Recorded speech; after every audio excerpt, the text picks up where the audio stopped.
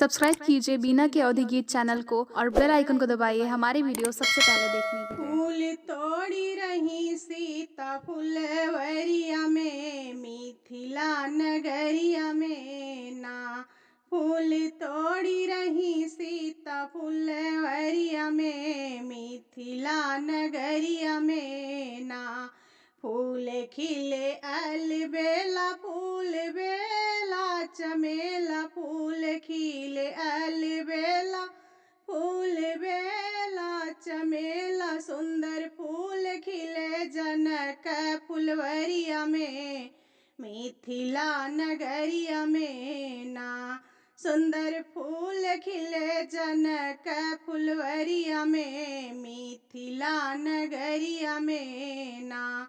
फूल तोड़ी रही सीता फुलवरिया में मिथिला नगरिया में ना।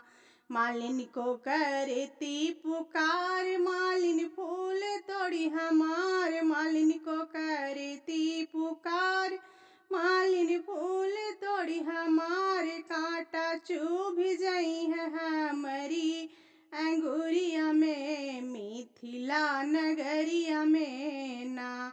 कांटा चुभ जाई है हमारी अंगूरिया में मिथिला नगरिया में ना। फूल तोड़ी रही सीता फुलवरिया में मिथिला नगरिया में ना।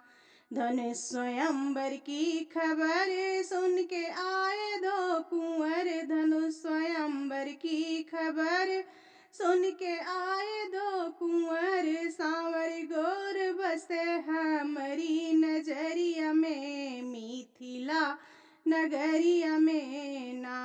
सांवर गोर बसे हमारी नजरिया में मिथिला नगरिया में ना।